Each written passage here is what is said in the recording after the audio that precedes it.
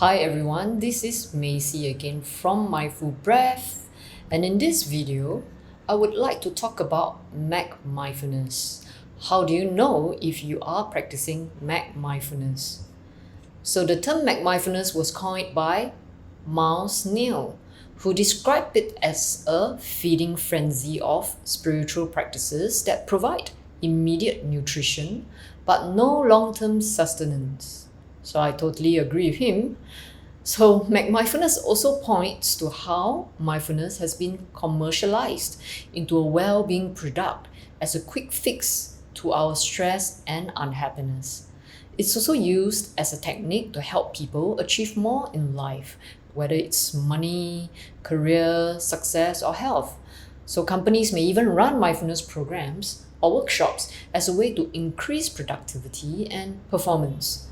So mindfulness has also been taught in militaries to enhance a soldier's ability to perform their best during training and war theaters.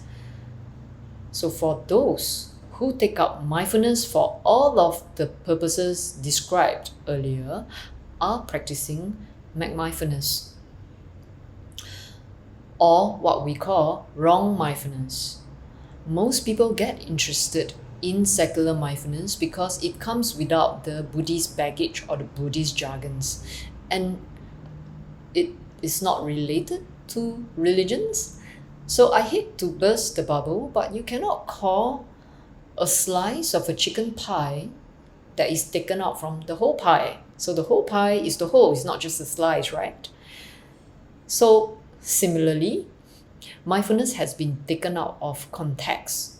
Okay, so even if you are just using it to just reduce your stress for certain things such as being agitated with a friend but continuing to agitate your friend the same way, then just to take a few breaths to relax yourself, that's also not mindfulness. Yeah, so mindfulness is what I was saying is taken out of context. And also, in reality, it is also not strictly Buddhist. It is also found in Christianity, Hinduism, Taoism, and Islam. So all religions, when understood properly with contemplation and practice, I would like to emphasize practice and contemplation. When we do this in whatever religions we're in, we are really trying to understand the mind. And these religions are really about the science of the mind. Sometimes mind is translated as consciousness.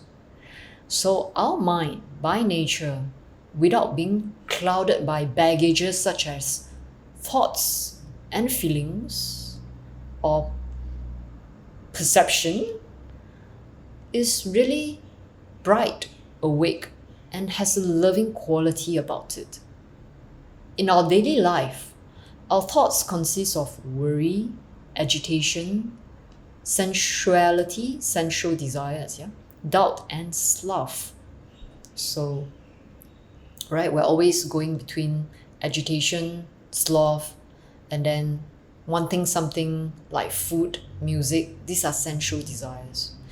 So our attention are very much drawn to these 5 mental qualities. And this is taught in Buddhism, but seldom shared in secular mindfulness.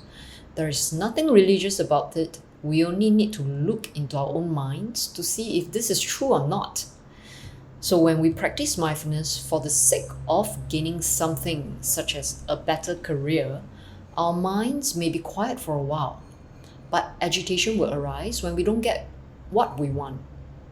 When agitation arises, we may then take a few breaths to calm our minds, so that we can continue to fight for what we want. So utilizing mindfulness in this manner provides short-term relief, but not a sustained clarity of the heart and mind that actually brings one to a lot of peace, stability, and happiness. So when the person fails to or get what he wants in their career, they may stop practicing mindfulness altogether. So if they don't get what they want, they think that mindfulness doesn't really work. And if they do get what they want, then mindfulness has done its job. But for the entirety of their practice, they have been engaging in worry and agitation. Why? Because they're using mindfulness to gain something that they want. So the real mindfulness practice is not to gain something. It is to let go. So we can't let go, of our burden immediately, like dropping a backpack immediately, because we're so used to, carrying things, carrying burdens in our life. So mindfulness is really quite a long, sustained practice where we let go bit by bit, okay?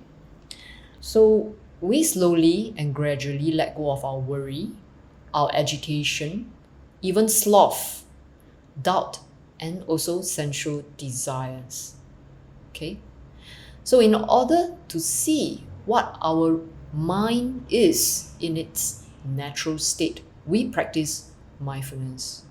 So the mind is like a movie screen.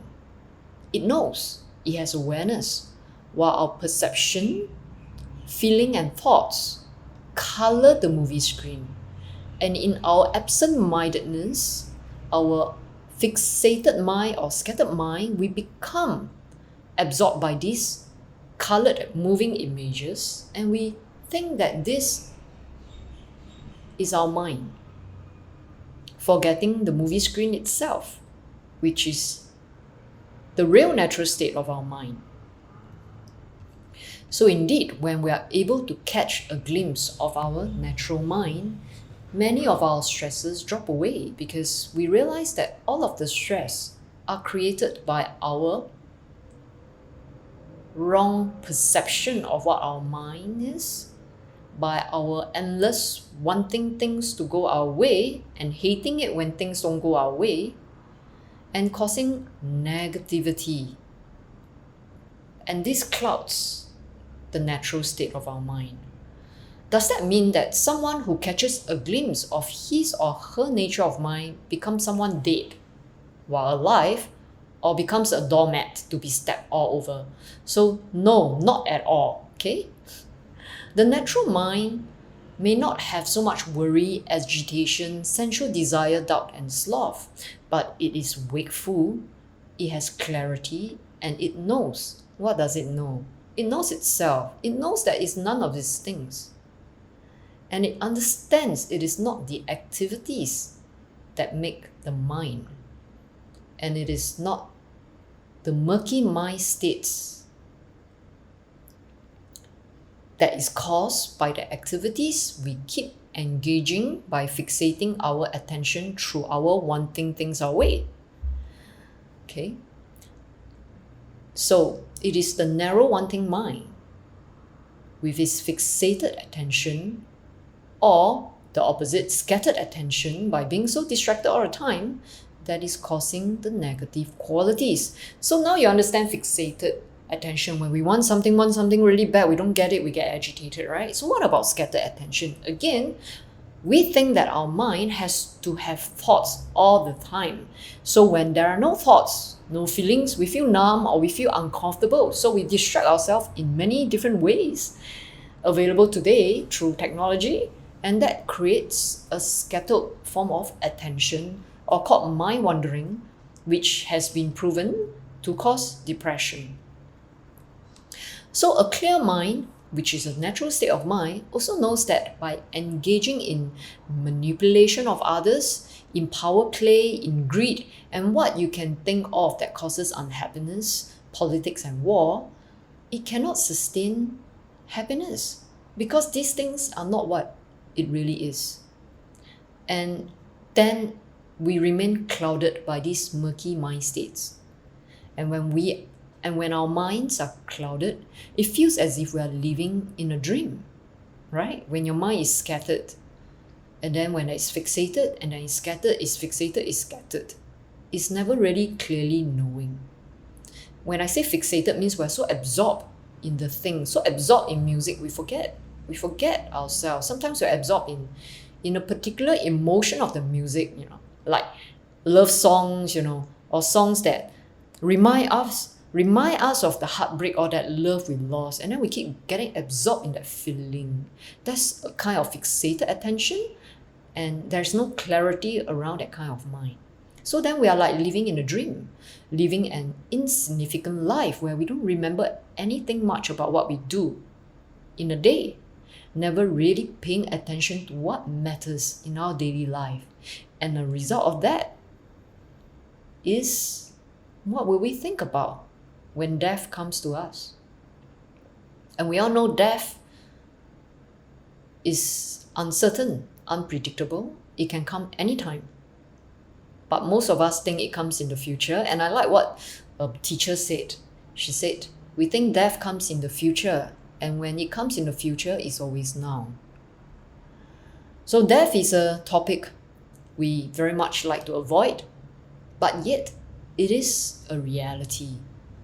In fact, what do you think about before you go to bed every night? Do you know? What kind of feelings do you have when you go to bed every night? Do you know? Is it a restless mind? Or is it a mind that is just so tired it just falls into oblivion, doesn't know anything? That's restless, worry, and sloth. And do you know what you're thinking about when you wake up every morning? So this is an experiment I'd like to invite you to take on, to know what you think about every night before you sleep, and to wake up. When you wake up, become aware of what enters your mind the first thing when you wake up. Okay, do the experiment and can leave a comment and let me know if you eventually try that experiment.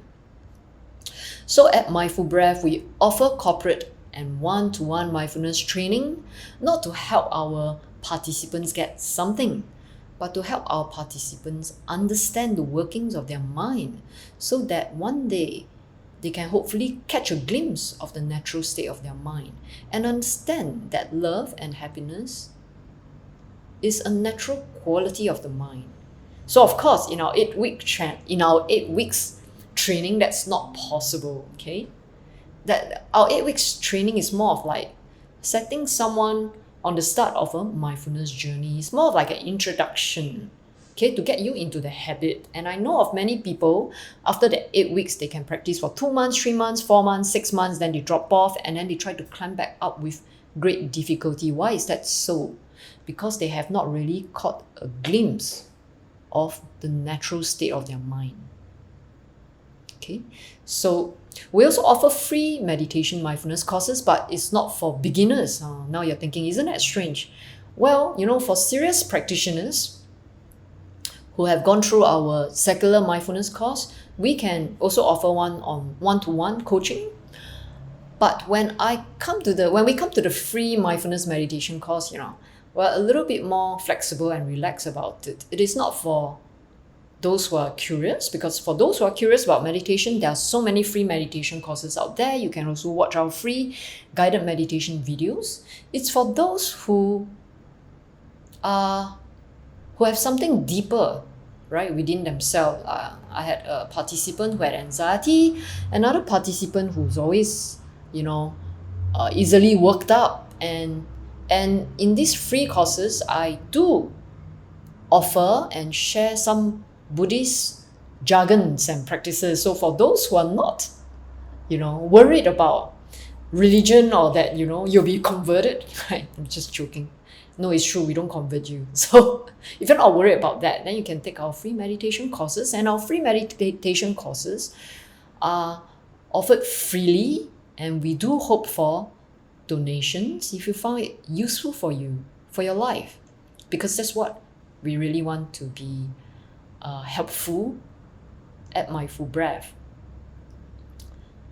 So for those who are interested in our free mindfulness meditation course, please check us out. And also, if you find our work useful for your life, please donate to Mindful Breath via Patreon. All right, you can find our link in the description box below. Okay, so that's all from me. Thank you very much.